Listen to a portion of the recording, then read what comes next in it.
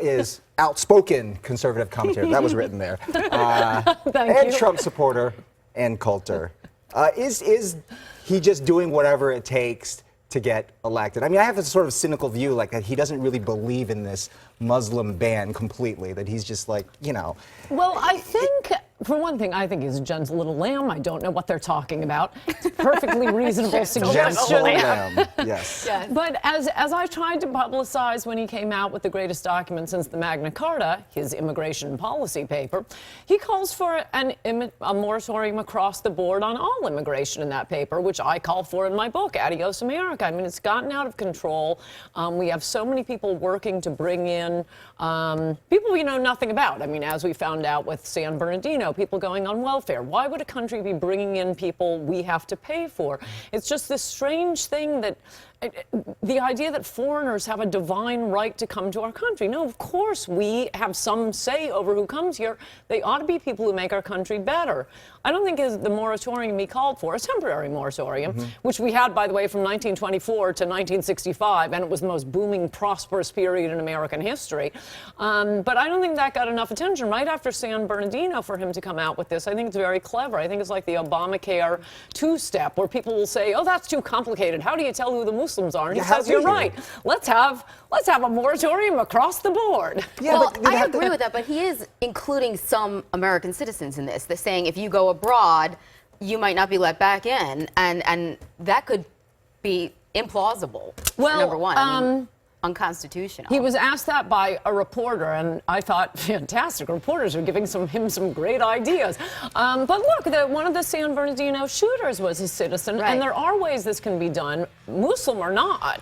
Citizens who go right now under various Treasury regulations, if you fly to North Korea, if you're doing business with drug cartels in Mexico, if you go to the Sudan, there are all kinds of fines. You can face up to 30 years in prison, up to $1 million in a fine. So how about adding some countries, certain of the radical mosques? It can be done. What's shocking about this and what Trump has exposed is the entire Republican field jumping on him. It's not that their objection is what you're making. How do you do it? They're saying, we won't even consider it. It's outrageous. Just saying Muslim ban, complete, Muslim ban. Instead of just saying we need to change the vetting process and figure out who might be radicalized. I mean, that's basically what people are thinking, right? But I think they're wrong. On Bobby's point, though, I think everybody would agree that the immigration system we have in place is completely broken. Right. What is interesting, though, is when he comes out with these comments and the Republican Party is like, whoa, he doesn't speak for us. And yet, if you really listen to the debates, a lot of them completely agree with him on immigration, particularly when we were talking about Hispanic immigration. So my question to you is, why are they trying to distance themselves so much from Donald Trump when clearly Republican voters want what he has to say? It doesn't make sense. And that also explains why he's soaring in the polls. I mean, the ones who, and they generally do come around and agree with him, I think they're lying. They're saying it because it is popular with voters. And the reason he's soaring in the polls is not just Republicans, but Americans have been asking for some break, some rationale to our immigration system where we're bringing in people, as we did before 1970. We want immigrants who are better than us, not immigrants who are committing crimes, committing terrorism, and even if they don't do that, who are collecting government assistance. I mean, it's crazy that any country would do that. And they always pretend they're going to get tough on immigration, and then they betray us, as Marco Rubio did. He ran for Senate as a Tea Party candidate, vowing that he was always against amnesty, and he would never support amnesty, never support a pathway to citizenship. He gets to Washington, and he spends 3 years pushing amnesty. People have gotten so fed up with that. So Trump is, I mean, I'm not even sure I trust Trump to do the right thing on immigration. Obviously, he's tapped into a lot of fear, a lot of frustration amongst the American people. Here's a poll that shows more Americans think that Trump could handle terror threat better than the other candidates, including Hillary Clinton. That probably, in large part, explains why he's doing so well, especially among Republicans. You say that he's doing well amongst Americans in general. Yes. In a head-to-head matchup, though, lots of polls indicate that Hillary would still beat Donald Trump. I don't think those polls mean very much at this stage. Wait until we have our nominee.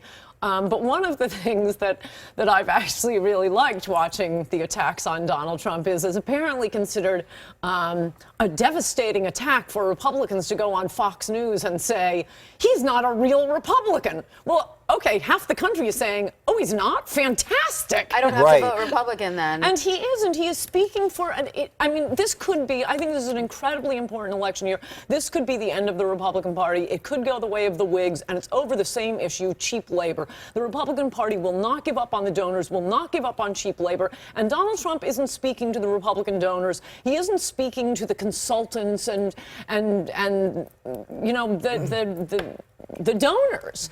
He's speaking for the American people. We have an American Party that's emerging here. That isn't just Republicans. More polls to show you, because these numbers just are fascinating, frankly. A CNN poll this week shows Trump way ahead in Iowa. Other polls have Cruz winning there, but the latest New Hampshire poll also has Trump way ahead. Chris Christie, he's jumped into second place. But I mean, even second place, he's lapping them with 27%. It really is incredible to me. And, you know, my question to you would be, will he have the specifics to back it up? Because right now he's definitely saying the right things. He's, you know, as he put it, he's wooing us at the bar. But when he says ISIS is, you know, I'm ISIS's worst nightmare, I mean, does he have the specifics to back up his tough talk on terror, his tough talk on immigration? How is he going to accomplish what he's promising?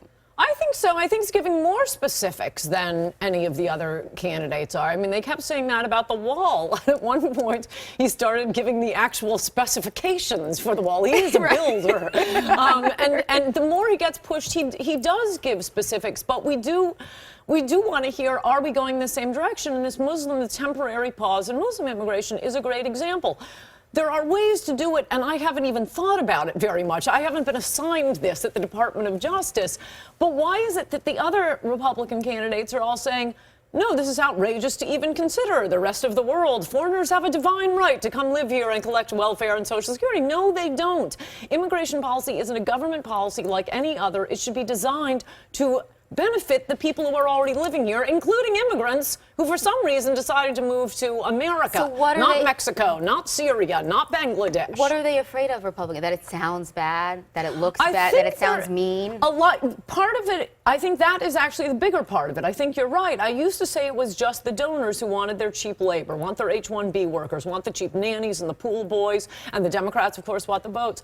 I think it has gone beyond the need for cheap labor. It is some sort of mass psychosis where Republicans, the RNC, thinks of immigrants as if they're black Americans and we owe them for slavery. Well, no, someone who's never set immigrants. foot. I mean, we're using immigrants now for technology, for these, you know, we bring in.